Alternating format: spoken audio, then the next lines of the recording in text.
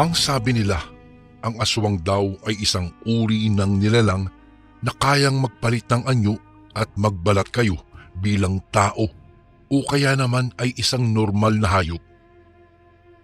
Iyon ang madalas na pagkwentuhan ng mga tao rito sa baryo.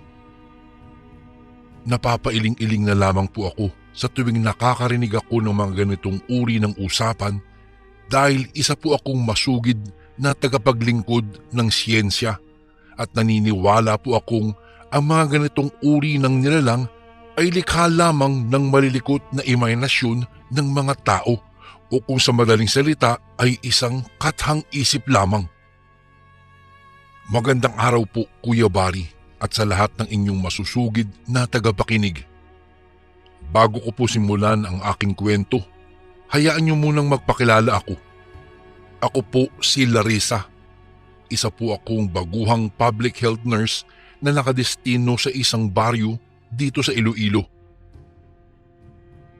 Ang tungkulin ko po ay pangalagaan ang kalusugan ng mga tao sa baryo at magbigay ng mga nararapat na gamot sa tuwing mayroong nagkakasakit po sa kanila.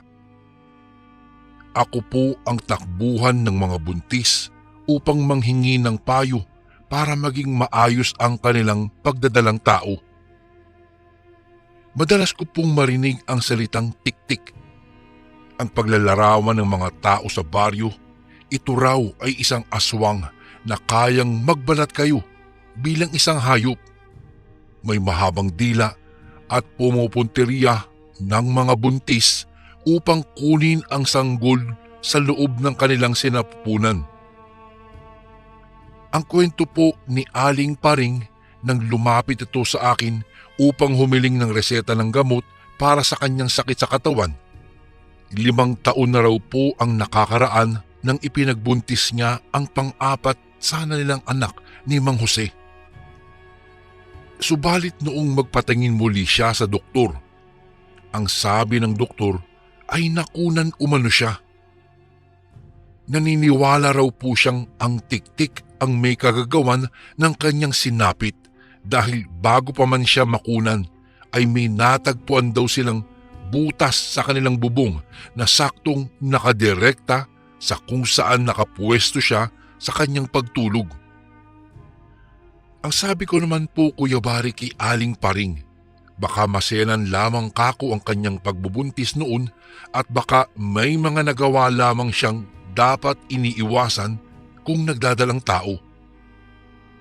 Ang tugon po niya ay regular naman daw siyang noong nagpapacheck up pa, kaya imposibleng bigla na lamang nawala ang sanggol sa sinapupunan niya.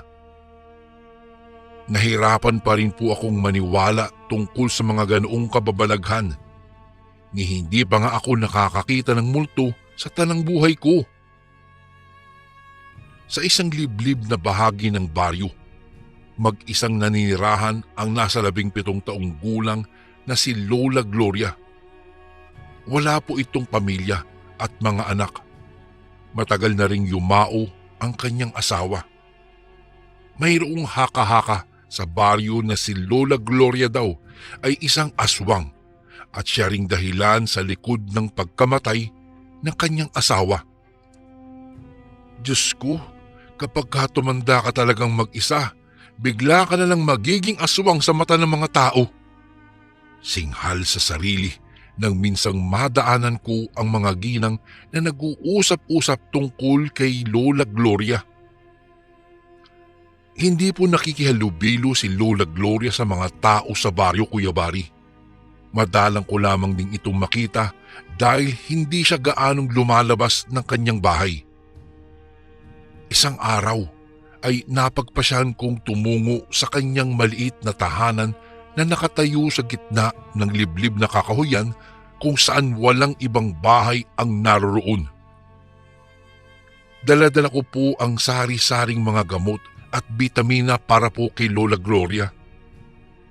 Baka po kasi nahihirapan itong maglakad kaya hindi siya makapunta sa klinika, kaya ako na lamang po ang nagkusang bisitahin siya. Nakasalubong ko po ang kapitan ng baryo na si Kapitan Elias. Hindi pa man ako nakakalayo mula sa klinik. O iha, saka pupunta?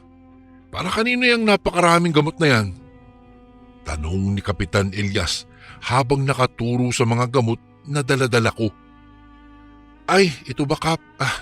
Bibisitahin ko lang po sana si Lola Gloria upang ipamigay ang mga gamot na ito. Hindi po siya kasi nagagawi rito sa klinika. Nako, matanda pa naman siya at kakailanganin ng kanyang katawan ang maraming bitamina. Mahabang tugon ko dito. Dahil sa aking itinuran, biglang nagbago ang timpla ng reaksyon ni Kapitan Elias. Ang sabi niya, huwag na raw akong mag-abala pa dahil baka kung ano lamang ang mangyari sa akin. Nadiskubre ko pong isa rin pala siya sa mga naniniwala sa haka-hakang isang aswang si Lola Gloria. Naikwento niya rin ang tungkol sa sinapit ng noong buntis niyang asawa. Ang sabi niya'y 2 buwang buntis daw noon ang kanyang asawa at ang nangyaring insidente sa kanyang asawa'y pareho lamang din sa sitwasyong dinaranas ni Aling Paring noong ipinagbuntis nito ang pang-4 sana nilang anak ni Mang Jose. Dagdag pa ni Kapitan Elias, nang sumilip siya noon sa kanilang bubong dahil sa malakas na ingay na nagmula rito, ang nadatnan niya'y isang higanting itim na aso na dali-daling tumakbo papalayo. Binato daw niya ito ng kutsilyo at tinamaan ito sa kanang paa, subalit nagpatuloy sa pagtakbo ang higanting asong iyon. Hinabol raw niya ito hanggang sa umabot sila sa liblib na kakahuyan kung saan nakatira si Lola Gloria. At dahil gabi nga noon at sulo lamang ang kanyang daladala, nawala sa kanyang paningin ang aso. Lumipas lang ang ilang minuto, nahagilap ng kanyang mga mata si Lola Gloria mula sa hindi kalayuan na tahimik na naglalakad patungo sa direksyon ng bahay nito. Nilapitan niya raw yung matanda at tinanong kung may nakasalubong na asong kulay itim. Sabi raw ni Lola Gloria ay wala siyang nakita. Pasensya na iho, wala talaga akong nakitang aso. Magpapaalam muna ako't kailangan ko nang umuwi. Usal ni Lola Gloria kay Kapitan. Sige po, pasensya na po sa abala. Tugon naman ni Kapitan. Nang magsimula na raw umanong maglakad papalayo si Lola Gloria, hindi pa man nakakatatlong hakbang ay may napansin daw umano si Kapitan Elias sa may likuran ng kanang binti nito. Mayroon daw itong sugat at sariwa pa iyon. Muli raw niyang tinawag ang atensyon ng matanda at tinanong kung saan nanggaling ang sugat sa kanyang kanang binti. Ang sabi naman ng matanda ay nakuha niya lamang daw umano iyon nang minsang nangahoy siya. Kung matatandaan ay sa kanang binti rin tinamaan yung aso nang batuhin ito ng kutsilyo ni Kapitan Elias. Inaamin ko pong noong unang kuyabari ay hindi talaga ako naniniwala sa mga aswang. Subalit sa kwentong iyon ni Kapitan Elias, tila ba nagising ang aking buong kalamnan. Nagsitayuan ang mga balahibo ko sa katawan. Hindi kaya totoo ang haka-haka sa baryo? Napagpasyan ko pong ipagpaliban na lamang muna ang pagbisita sa bahay ni Lola Gloria dahil sa takot. Nabuo ang kalahating porsyentong posibilidad sa utak ko na baka nga tunay ang mga aswang. Isang gabi po ay nagising ako mula sa isang mahimbing na tulog dahil sa paulit-ulit na pagkatok sa pintuan dito po sa nirerentahan kong bahay kung saan mag-isa akong naninirahan. Ginulantang ako ng paulit-ulit na pagtawag sa akin ni Mang Jovan. Agad-agad naman po akong bumangon sa aking higaan upang pagbuksan siya ng pintuan. Ang sabi niya'y manganganak na raw ang kanyang noong buntis na asawang si Aling Juana. Nagmamadali ko po siyang sinamahang bumalik sa kanilang bahay kung saan naghihintay ang noong naghihingalong si Aling Juana. Nang makarating kami sa bahay nila'y inutusan ko si Mang Jovan na kumuha ng isang palangganang may lamang hindi gaanong malamig na tubig at isang malinis na bimpo. Habang tinutulungan ko si Aling Juana sa kanyang panganganak ay binulabog kami ng isang malakas na ingay na nagmumula sa bubong. Parang mga yapak-baga ng isang higante ang tunog nun.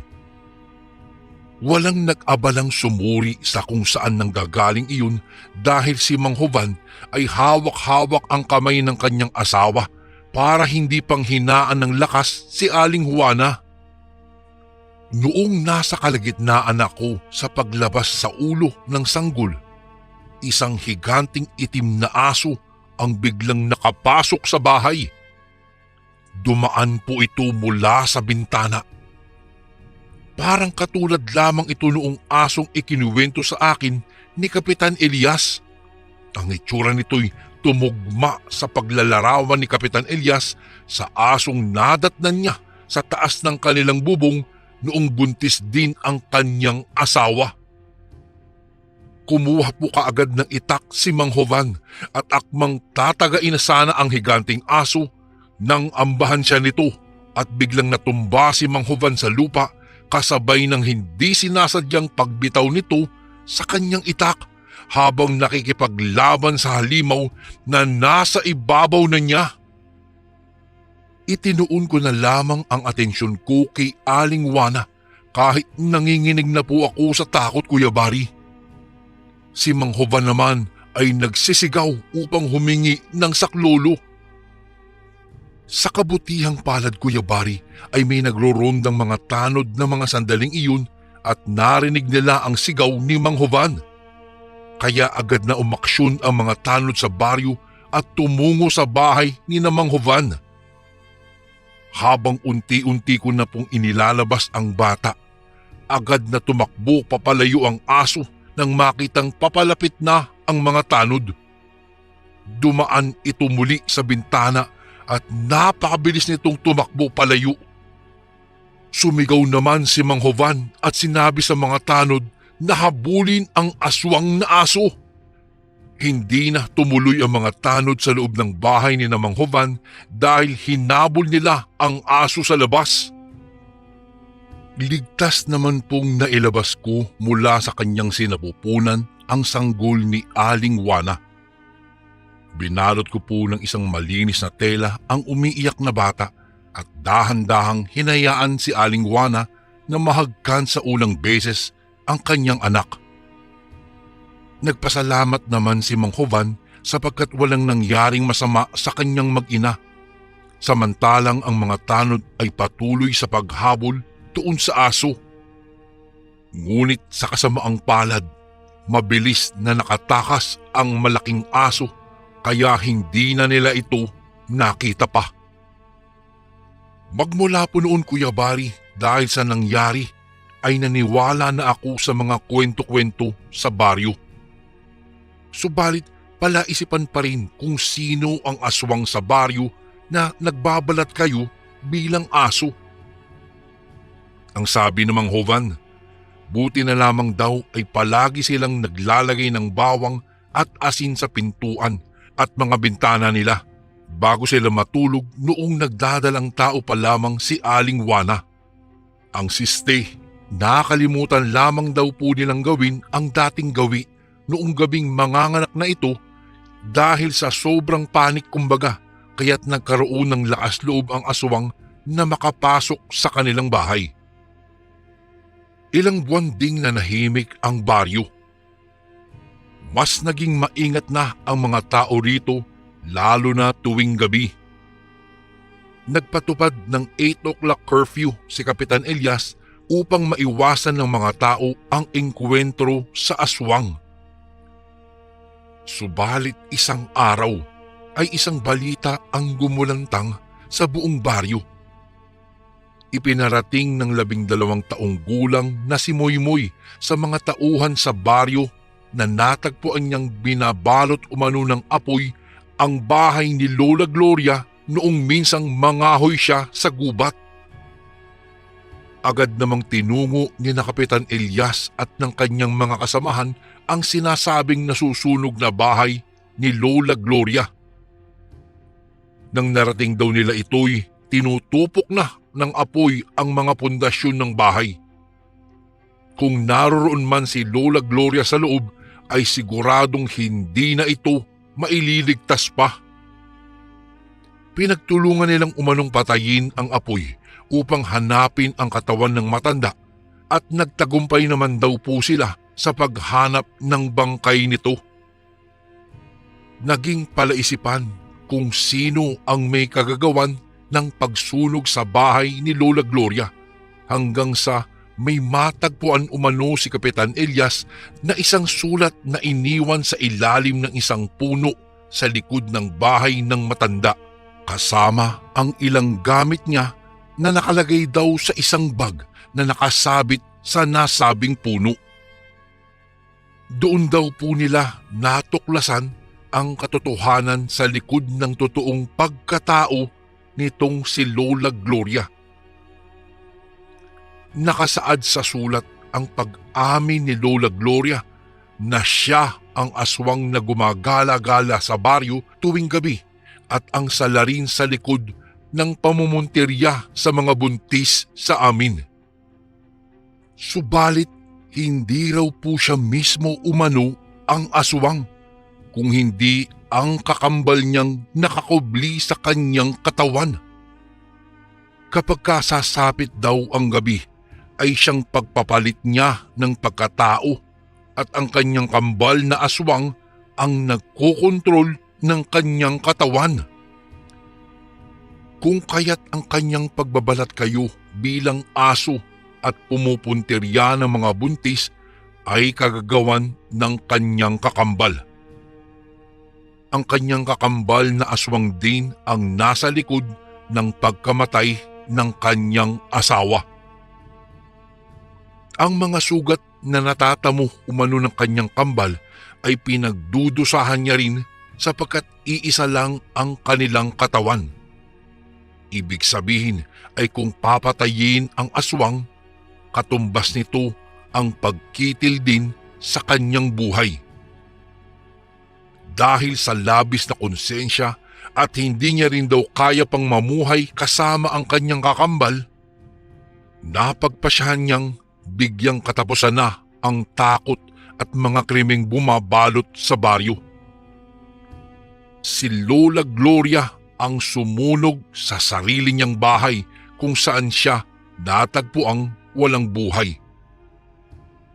Doon po nakumpirmang totoo nga ang mga haka-haka sa baryo, subalit may iba pa palang kwento sa likod nito. Sa kabila ng nakakagimbal at kasindak-sindak na revelasyon ni Lola Gloria, napanatag na ang loob ng mga tao sa baryo dahil wala nang aswang pang makakapangbiktima sa amin. Ang buong akala ko at ng mga tao sa baryo ay matatahimik na ang aming lugar magmula noong natagpuan ang walang buhay na katawan ni Lola Gloria sa nasusunog niyang bahay. Si Kapitan Elias din po pala ang nag-asikaso ng pagpapalibing sa matandang iyon. Ngunit hindi pa pala natatapos ang engkwentro namin sa aswang. Makalipas po kasi ng isang buwan pagkatapos mailibing si Lola Gloria, ay usap-usapan ulit sa baryo na may muling naglilipa ng aswang tuwing sumasapit ang gabi. Ang kwento ni Aling Teresita, nagising daw siya noong hating gabi sapagkat may ingay siyang narinig mula sa kanilang kusina na para bang may nagpupumilit na buksan ang pintuan nito. Sira na raw kasi ang busol ng pintuan nito kaya hindi na nila magawang ikandado yun. Ang ginawa nila upang hindi ito agarang mabuksan o maitulak papasok ay naglalagay sila ng isang mabigat na bato sa tapat nito. Hindi na raw siya nag-abala pang gisingin ang asawa niyang si Mang Vicente na napakahimbing na ng tulog sapagkat batid niyang pagod ito sa trabaho Bagkus ay mag-isa siyang bumangon, bit-bit ang isang flashlight na lumilikha ng kakaunting liwanag at lumabas ng kanilang silid upang suriin kung ano ang bagay na lumilikha ng ingay doon sa kusina. Hindi niya raw binuksan ang ilaw upang hindi mapansin ang kanyang presensya kung sakaling magnanakaw daw ang nasa likod ng ingay na iyon. Tahimik siyang naglakad pababa ng munting hagdanan at maingat na tiniyak na hindi makakalikha ng kahit anumang tunog ang bawat paghakbang ng kanyang mga paa. Habang tinatahak niya ang sala patungong kusina, nagpatuloy umano ang ingay na iyon. At sa sandaling binuksan niya ang pintuan nito'y tumambad sa kanyang mga mata ang isang itim na asong ordinaryo lamang ang laki. Puno raw ng sugat ang katawan nito kung tumitig sa kanyang mga matay para bang nakikiusap na huwag itaboy.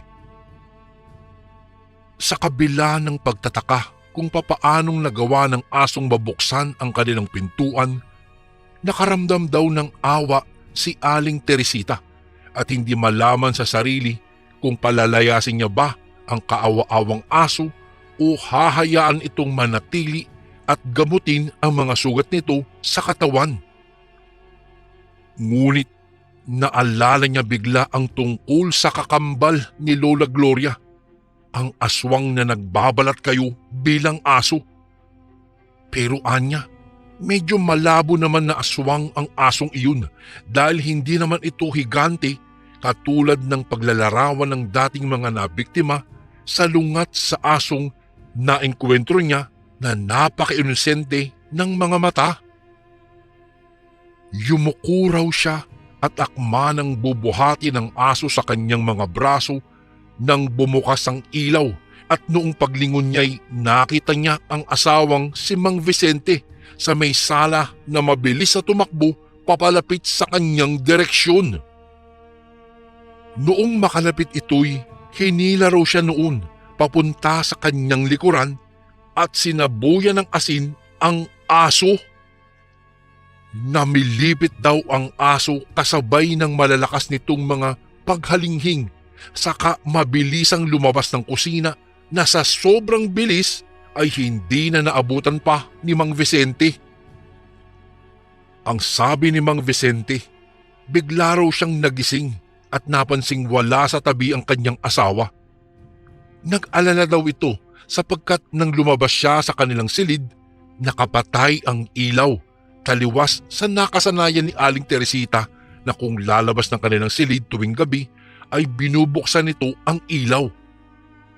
Noong tumungo raw siya sa may sala na kung saan katapat lang ang kusina, nasilayan niya raw ang asawang nakayuko sa harap ng itim na aso.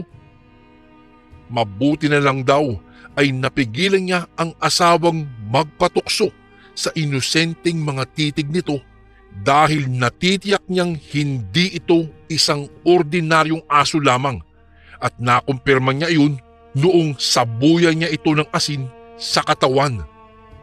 Hindi lang daw mga buntis ang pinupuntirya ng mga aswang ngayon, kung hindi kahit sino basta't mabusog sila sa mga lamang loob. Naging palaisipan sa amin, Kuya Bari, kung sino ang panibagong aswang na gumagala-gala sa baryo namin. Wala namang bagong lipat sa amin at wala namang kahinahinala sa mga tao rito. Dahil nga sa engkwentrong iyon ng mag-asawang Aling Teresita at Mang Vicente, muling binalot ng matinding takot at pangamba ang aming lugar. Pinayuhan muli ni Kapitan Elias ang lahat na mag-iingat at inutusan niya rin ang kanyang mga tauhan na magbantay ng mabuti sa daan hanggang 10:00 ng gabi. Isang araw, tumungo si Moymoy sa klinika kasama ang ina nitong si Aling Sora. Nagulat ako sa sari-saring sugat ni Moymoy sa katawan. Humihingi kasi ng gamot ang nanay nito para maagapan ang mga sugat ng anak at agad ko naman itong niresetahan at binigyan ng ilang gamot. Tinanong ko si Moymoy kung saan niya nakuha ang kanyang mga sugat. Pero hindi po ito umiimik, Kuya Bari, kaya't ang sumasagot ay ang kanyang ina. Ayon kay Aling Sora, nagpaalam daw noong isang araw ang kanyang anak na mangangahoy sa gubat at gabi na nang makauwi ito na puno ng sugat na ang kanyang buong katawan. Noong usisain niya raw ang kanyang anak, ang sabi naman daw nito'y sinusubukan niyang umakyat sa isang puno ng mangga at aksidente daw siyang nahulog doon. Pinayuhan ko naman si Moymoy na sa susunod ay mag-iingat at tumango-tango naman ito sa akin. Isang gabi po'y nasaktuhang gabi na nang matapos ko ang mga aasikasuhin sa klinika. Kampante naman po ako dahil may mga tanod na nagbabantay sa daan. Subalit nang tinataha ko na po ang daan ay wala akong nakita ni isang tanod. Nang tignan ko ang aking relo ay 10:00 na pala at nagsiuwian na siguro ang mga ito. Sa kabila ng aking takot, matapang ko pong binagtas ang kalsada sa gitna ng makulimlim na gabi. Hanggang sa hindi ko inaasahang makakaengkwentro ko ang sinasabi nilang aswang na nagkukubli sa wangis ng isang aso. Napahakbang ako paatras at naghahanap ng tiyempo para tumakbo. Alam kong mabilis itong tumakbo at malabong matakasan ko ito. Kung sana'y merong lamang akong bitbit na mga pangontra. Masyado kasi akong nakampante dahil akala ko'y makakasalubong ko pa ang mga tanod. Nang matapos bumwelo, sinalakay ako ng aso at hindi ko na po nagawang tumakbo papalayo. Bagkus ay napahiga na lamang ako sa lupa habang nilalabanan ang aso sa aking ibabaw. Agresibo po ito, Kuya Bari, at pilit na pinagkakagat ang aking balat. Ramdam na ramdam ko po ang pagbaon ng kanyang mga pangil sa aking mga kamay na ginawa kong pang-ilag sa aking mukha. Nagsisigaw ako't umaasang may darating na tulong bago pa nito tuluyang maubos ang balat ko. Sa kabutihang palad ay nakita ko ang pagdating ng 3 mga lalaki na may daladalang mga biyak na kahoy. Noong napagtanto ng aso ang presensya nila'y agad itong nagtatakbo palayo. Subalit hindi tumigil ang mga lalaki sa paghabol dito. Nagpasalamat naman ako't hindi ako tuluyang nabiktima ng aswang na iyon sa kabila ng mga sugat na sinapit ng aking balat mula sa kanyang matatalas na mga pangil. Dali-dali po akong umuwi ng aking tinutuluyan, Kuya Bari, sa takot na makaengkwentro ko ulit ang aswang na iyon at ginamot ko ang aking mga sugat. Noong sumunod na umaga ay nagsilbing ang almusal ng mga tao ang usap-usapan tungkol sa nakaengkwentro ko roon sa aswang. Ngunit isang balita po ang gumulantang sa akin nang marinig ang salaysay ng 3 lalaking tumulong po sa akin noong nakaraang gabi. Hindi daw umano sila tumigil na habulin ang tumatakbo at tumatakas na aso hanggang sa bigla itong nawala sa kanilang mga paningin dulot ng mabilis nitong pagtakbo. Nagpaikot-ikot umano sila sa lugar nang marinig nila ang isang mahinang paghikbi mula sa di kalayuan. Sa isang madilim daw na sulok ng kalsada, doon nila nadatnan ang umiiyak na si Moymoy habang niyayapos ang sariling mga braso. Nakaupo daw ito sa lupa at ang ulo nito'y nakasandal sa kanyang mga tuhod. Kapansin-pansin daw ang mga sugat nito sa kanyang katawan. Inakala raw nilang sinalakay rin ito ng aswang, subalit hindi raw nila inaasahan ang magiging pahayag nito. Siya raw ang aswang. Magmula raw noong nasaksihan niyang nasusunog ang bahay ni Lola Gloria, napansin niya ang pagbabago ng kanyang pagkatao sa tuwing sumasapit ang kabilugan ng buwan. Sa tuwing gabi raw ay hindi niya makontrol ang kanyang pag-iibang anyo bilang isang aso, at sa mga sandaling iyon, Kuya Bari, ay hindi niya na alam ang kanyang ginagawa. Hindi na raw siya ang kumukontrol sa kanyang katawan. Kapag bumabalik daw siya sa pagiging tao, ay doon lang niya napapagtanto ang pagsalakay niya sa kanyang mga biktima.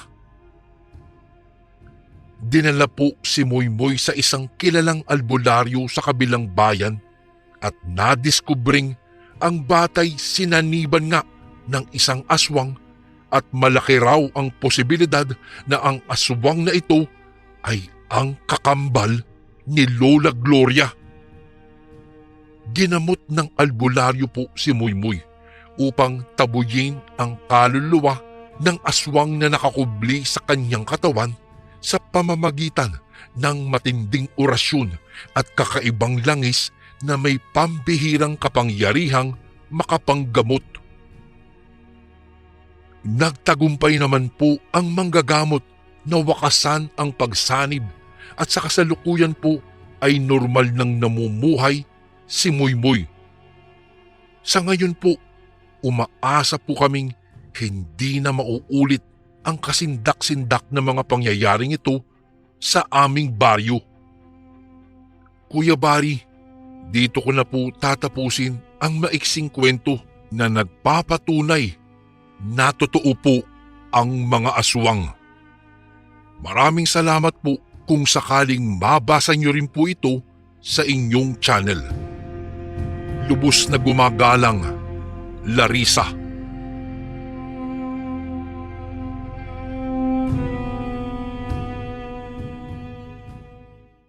Masarap balik-balikan sa alaala ang mga makaluma nating tradisyon na nauso noong ating kabataan.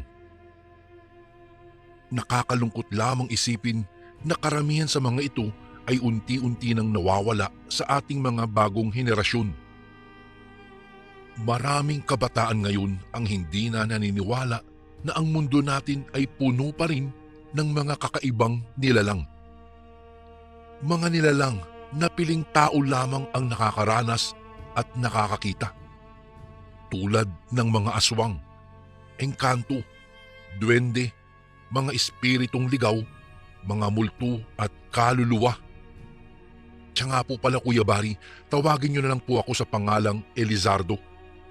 Ako ay 67 anyos po sa kasalukuyan.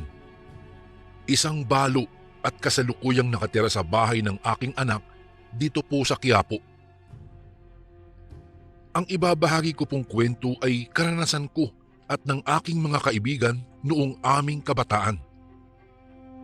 Ipagpaumanhin sana ng ibang taga-subaybay ng inyong channel kung hindi ko natutukuyin ang eksaktong mga lugar sa aking kwento.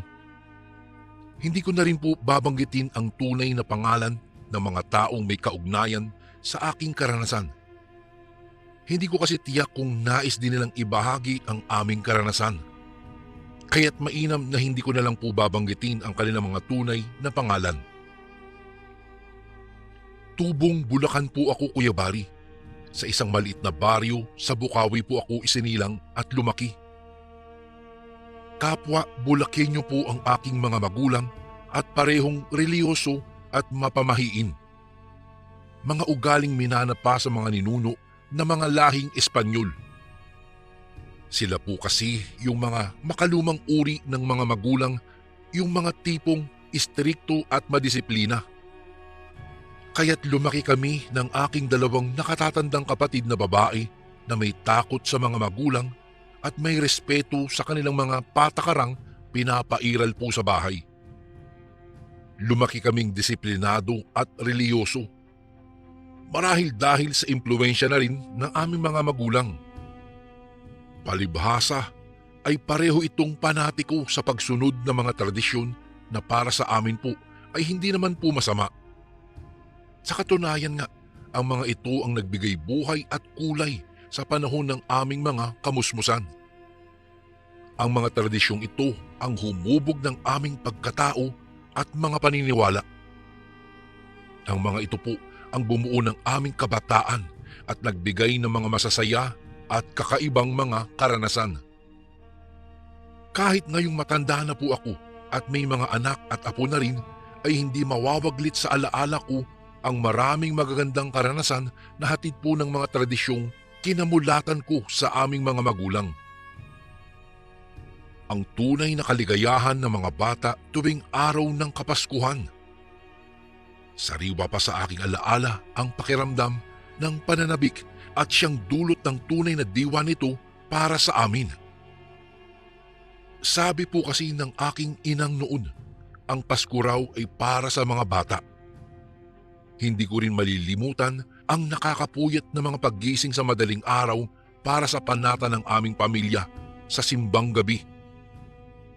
Naniniwala po kami noon sa sabi ni inang na kapag natapos namin ang 9 na gabi ng pagsisimba, ay matutupad daw ang anumang aming mga inaasam sa buhay. Naalala ko rin noon, Kuya Bari, tuwing gabi ng Noche Buena ay hindi kami nalilimutang gisingin ng aming inang pagpatak ng 12:00 ng gabi upang salubungin ang bagong taon. Saka kami patatalunin ng makailang beses upang tumangkad daw kami.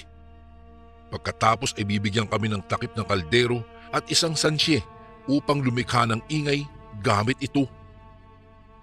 Ang sabi pa nga ni inang ay para umano itaboy ang malas at makapasok ang swerte. Saka pa lamang kami nito papayagan na kumain ng kung anong handa na mayroon kami sa aming hapagkainan. Kadalasan pa nga po ay puro minatamis at kakanin. Hindi ko rin malilimutan ang saya ng masaganang kainan tuwing piyesta. Ang magagarbong Santa Cruzan at parada ng Sagala tuwing buwan ng Mayo. Ganon din ang kalubatkanang pag-awit ng pasyon tuwing mahal na araw. Subalit hindi ko talaga makakalimutan sa lahat ay ang araw ng mga santo at araw ng mga patay. Dito po kasi ako nagkaroon ng kakaibang karanasan. Isang karanasan na nagturo sa aming magbabarkada ng isang malaking leksyon. 15 anyos na ako noon nang magsimula akong sumama sa mga lakad ng mga kabataan sa amin. Sa edad kong iyon pa lamang ako natutong bumarkada.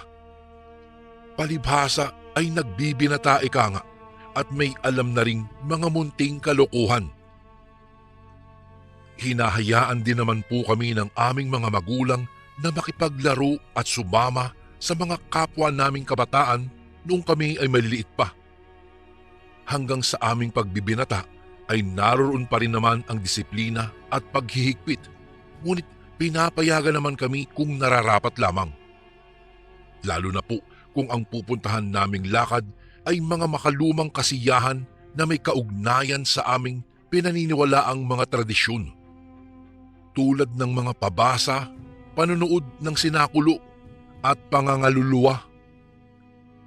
Opo, Kuya Bari, dahil noon po sa amin sa Bukawi ng kabataan ko ay uso pa ang pangangaluluwa. Paborito ko po ito dahil nailabas ko kasi dito ang aking talento sa pagtipa ng gitara at pagkanta. Ganoon din ang aking mga natatagong kapilyuhan. Ngunit ngayon na lang na matanda na ako na nalaman ko na ang tradisyon ng pangangaluluwa ay katumbas ng trick or treat sa ibang bansa. Ang mga kabataan ay nagtutungo sa mga bahay-bahay na alam nilang nagluluto o may mga handa para sa araw ng mga patay kinabukasan. Kapag ka nakapili ka na ng bahay ay tatapat sila sa bintana o pintuan nito upang maghandog ng ilang mga awitin. Habang kumakanta ang iba sa grupo ay mayroon namang kasamahan na naghahanap ng mga makukuhang pagkain sa labas. Kaugalian na po kasi na kapag ang isang bahay po ay tinapatan ng mga nangangaluluwa ay dapat na magbigay ng pagkain o kakanin ang may-ari ng bahay. Kadalasan inilalagay na ito ng mga may-ari ng bahay sa mga labas ng kani-kanilang mga pintuan o kaya'y bintana. Minsan nakasabit na sa dingding upang kukunin na lamang ng mga nangangaluluwa sa kanila. Ang iba naman ay talagang galante at iniimbitahan pang tumuloy sa loob ng bahay nila ang mga manganganta upang makisalo sa kanila. Pagkatapos ay pababaunan pa ito ng mga handa nilang pagkain at kakanin pag-alis. Subalit may mga bahay na hindi talaga nagbibigay sa mga manganganta. Ang iba naman ay nakakalimutang palitan ang mga pagkain at kakanin na nakuha na ng mga unang nangangaluluwa sa kanila, kung kaya't wala nang nakukuha ang mga sumusunod. Sa mga ganito ay maraming kalukuhan kaming naiisip ng aking mga kabarkada.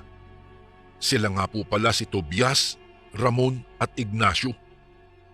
Ang mga kalukuhang iyon, Kuya Bari, ay itinuturing pa rin naman na bahagi ng tradisyon ng pangangaluluwa.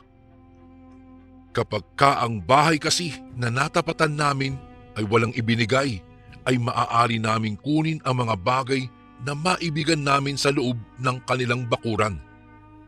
Hindi kami pwedeng ireklamo sapagkat bahagi ito ng kaugalian at tradisyon.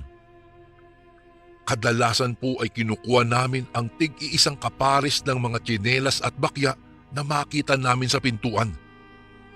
Ibabalik na lang namin ito sa susunod na taon ng pangangaluluwa kapag may naibigay na ang may-ari. Minsan, kapag itinago ng may-ari ng bahay ang kanilang mga tsinelas, ay tinatangay naman namin ang kanilang mga halaman. Minsan naman, may mga alagang manok na nangingitlog ay kinukuha namin ang mga itlog nito. Kung wala namang itlog, ay ang manok mismo. 18 na po ako noon, Kuya Bari, nang muling sumapit ang araw ng pangangaluluwa o Halloween sa Ingles. Nagkayayaan na naman kami ng aking mga katropa na sina Tobias, Ignacio at Ramon na mga luluwa. Balak naming puntahan noon ay ang bahay ng balo na si Mang Horacio. May bisita kasi itong magandang dalagang galing umano sa probinsya nito sa Siquijor. Sigurado na ba kayo sa bahay ni Ka Horacio tayo unang pupunta mamaya? Nag-aalangan kong sagot. Paano naman hindi ako makakaramdam ng pag-aalinlangan, Kuya Bari? Naalala ko noong nakaraang taon ay pinahiran namin ng dumi ng kalabaw ang pintuan ng bahay nito. Hindi kasi ito nagbigay ng kahit na ano. Wala naman din kahit anong interesanting bagay na nakita kami sa kanyang bakuran para matangay. Abay, oo tol, hindi pwedeng palagpasin ang pagkakataong makakilala tayo ng magandang dalaga na hindi taga rito. Abay, halos lahat yata ng dalaga dito sa atin ay mga kadugo natin at hindi pwedeng ligawan.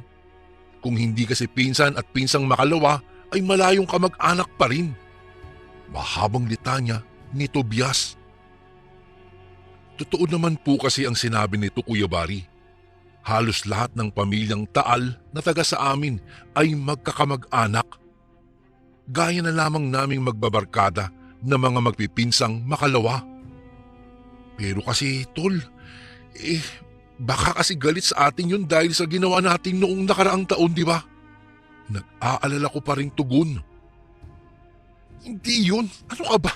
Taga rito ang yumaon niyang asawa na si Katalin, kaya tansya ko nakabisado pa rin niya ang kaugalian natin dito. Pagpapalakas loob ni Tobias sa amin.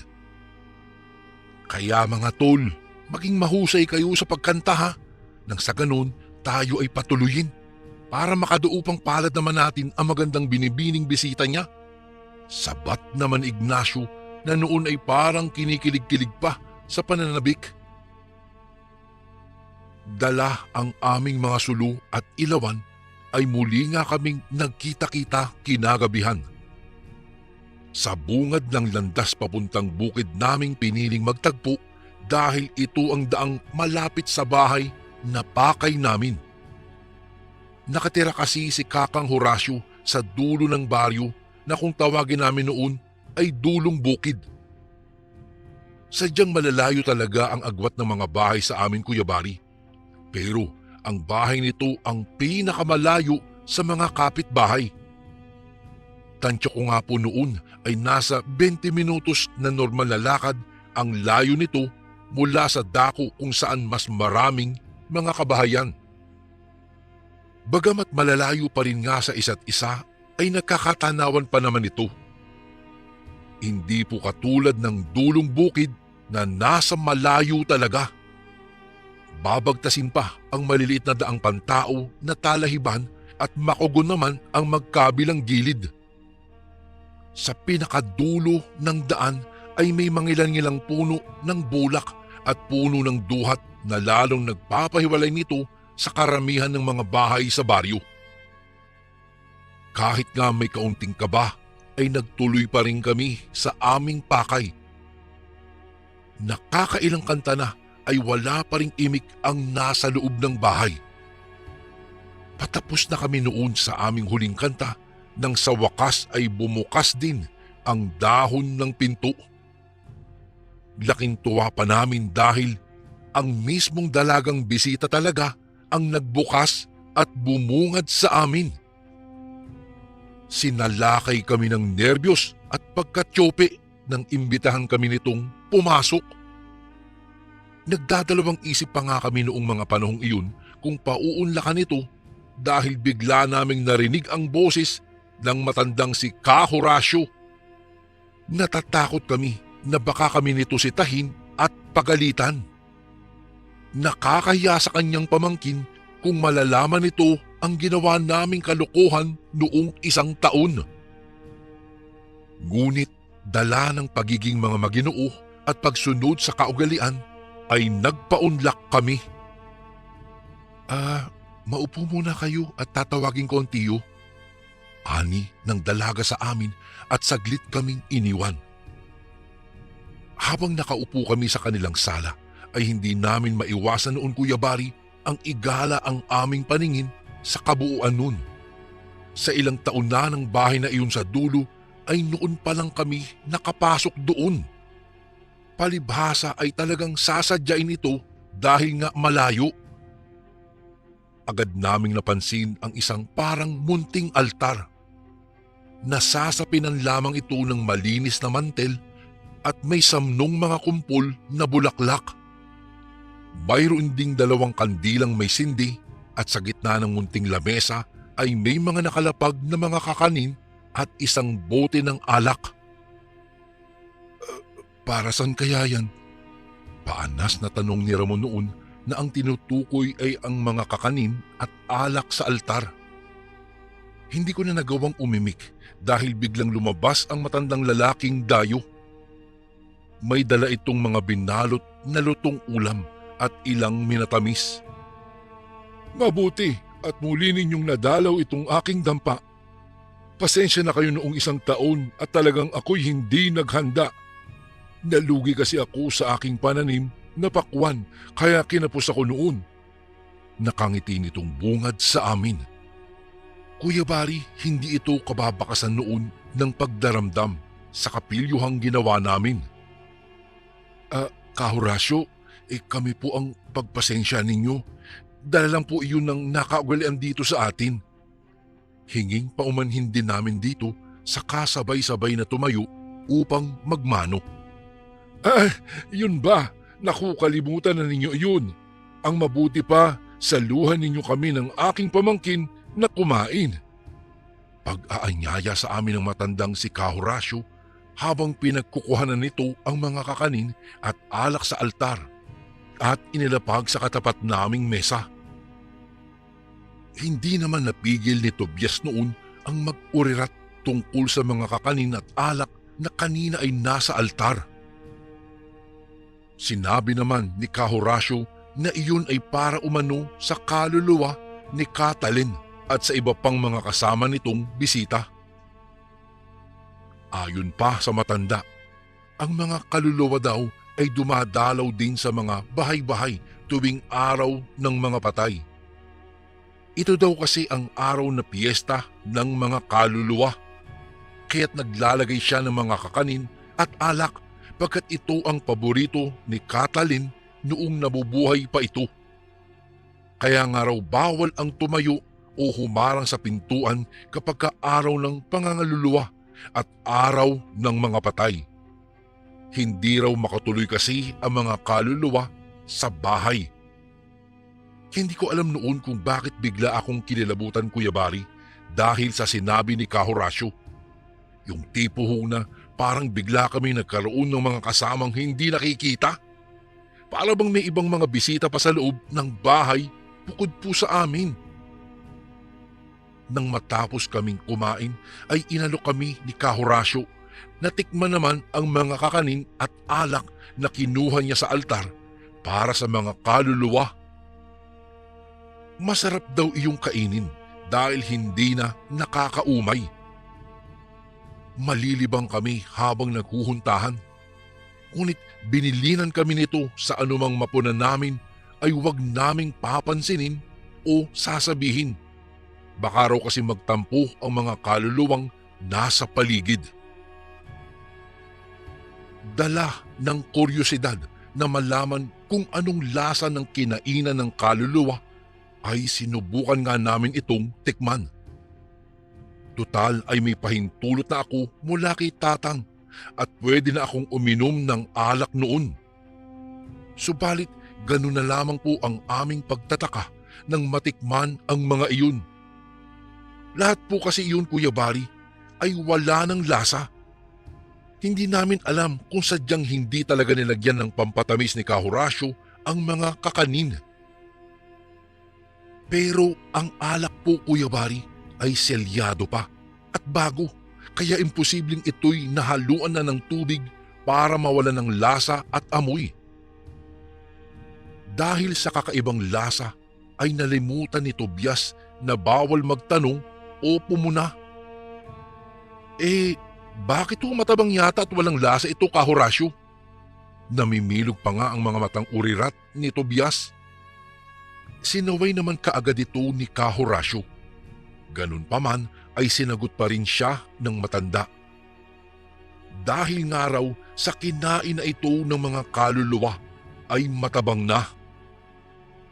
Marahil daw maraming kasama si Katalin kaya halos naubos ang lasa at amoy. Hanggang sa daan pa uwi ay pinag-uusapan namin yun.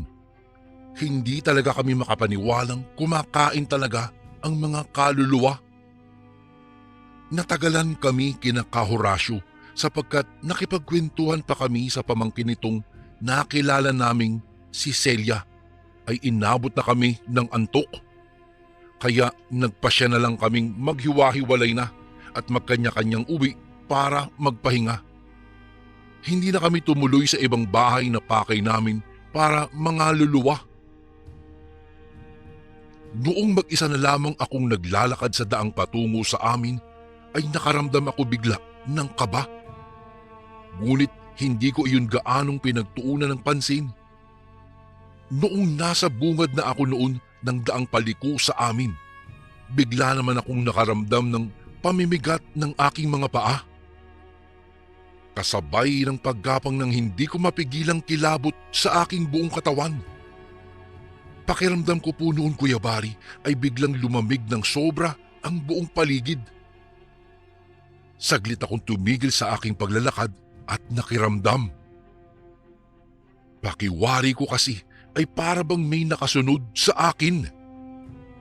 Parang nararamdaman ko pa nga ang malamig na hininga nito na dumadampi sa aking punong tenga na may halong paos na bulong. Lalo tuloy akong kinilabutan at bahagya pang nanginig ang aking mga kamay na may hawak sa aking sulo at gitara. Napansin ko rin kasi na parang hindi nag-iisa ang aking anino.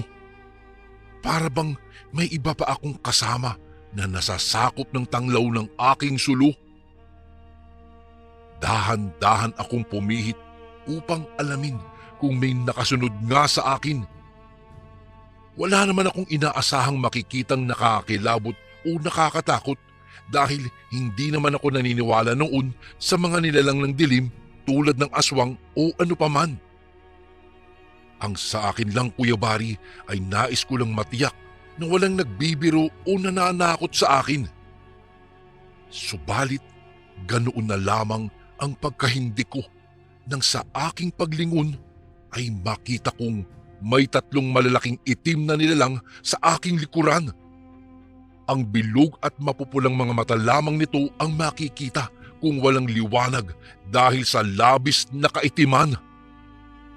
Halos panawa na ako ng ulirat nang ilabas pa nito ang mahaba at manipis nitong dila.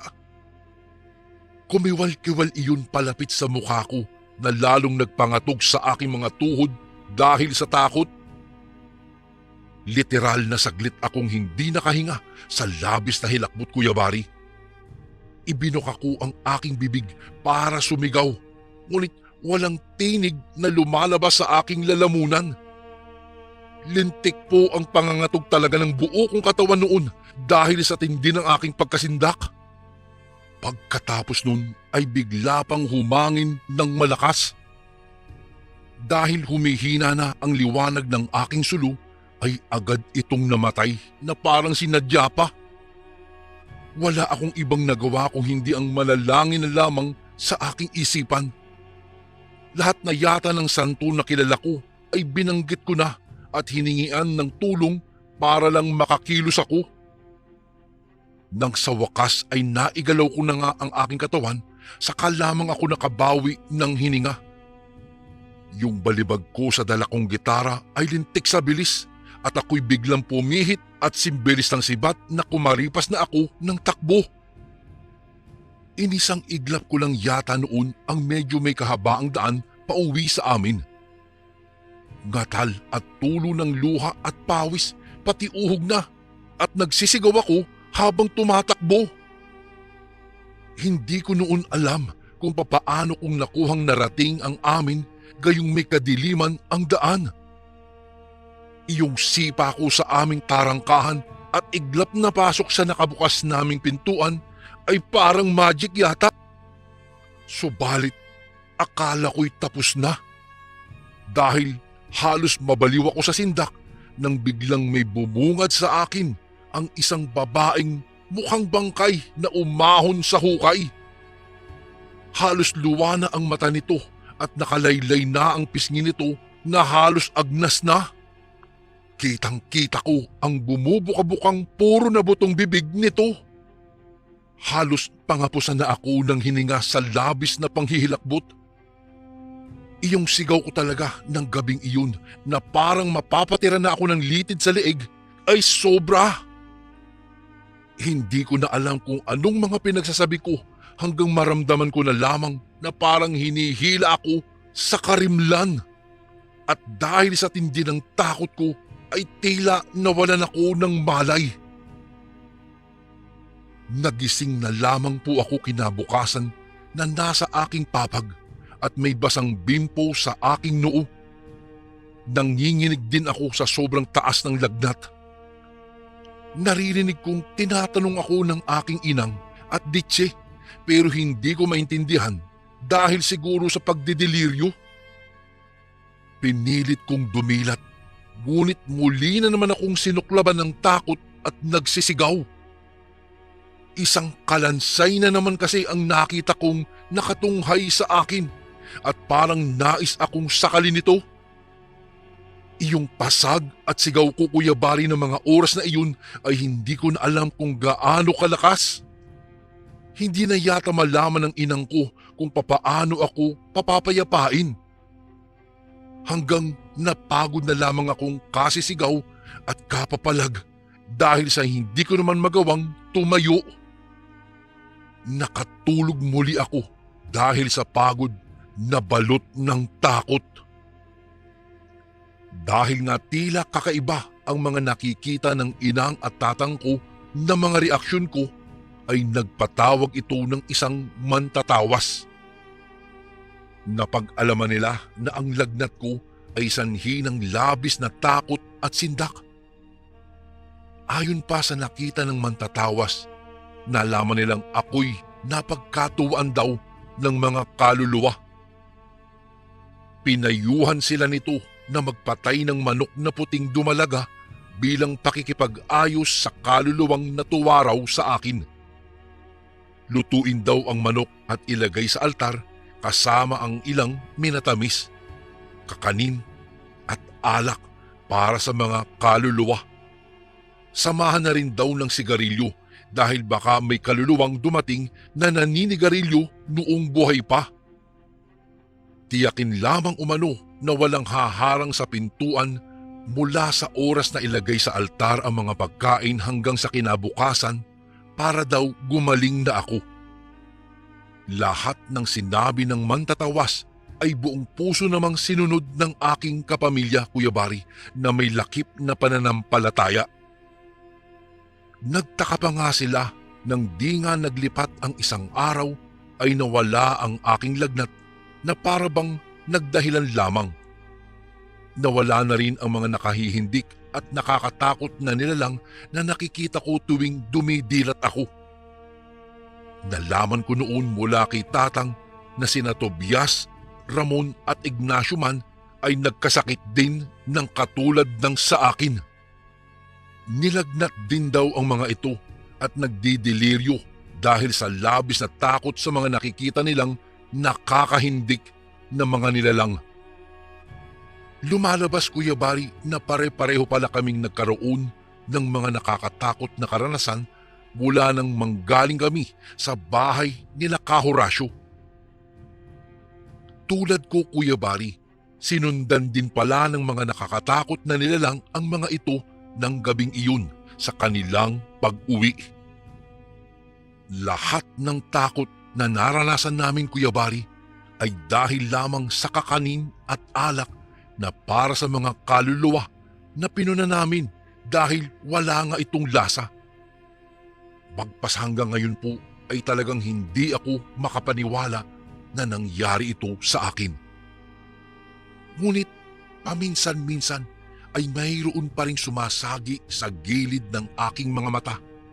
Tila parang nakasilip pa rin sila sa akin at magpahanggang ngayon ay hindi na po nawala iyon. Isang aral ang natutunan naming magpipinsan. Isang karanasan na muntik ng kumitil sa aming mga buhay dahil lamang sa alak at kakanin ng mga ibang nilalang. Hanggang dito na lang po ang aking pagbabahagi ng aking karanasan. Sana po ay mapag-iwanan ito ng kaunting leksyon na kapag ka bawal ay bawal. Sundin natin ito sapagkat ang mundo natin, kahit na umuunlad at binabago pa ng teknolohiya, ay nababalot pa rin ng hiwaga. Walang masama kung irerespeto natin ang pag-iral ng ibang nilalang para mabuhay tayong lahat ng mapayapa. Salamat po, Kuya Bari, kung mapipili po ninyo ang aking kwento. More power po ulit sa inyong channel. Lubos na gumagalang, Elizardo. And again, maraming salamat po mga kasundo. Don't forget to subscribe and i-click nyo lang po yung bell na button para updated po kayo sa mga upcoming videos namin na paparating. Maraming salamat po ulit. God bless and ingat po lagi dyan. Ito po si Kuya Bari at ako ang Sundo.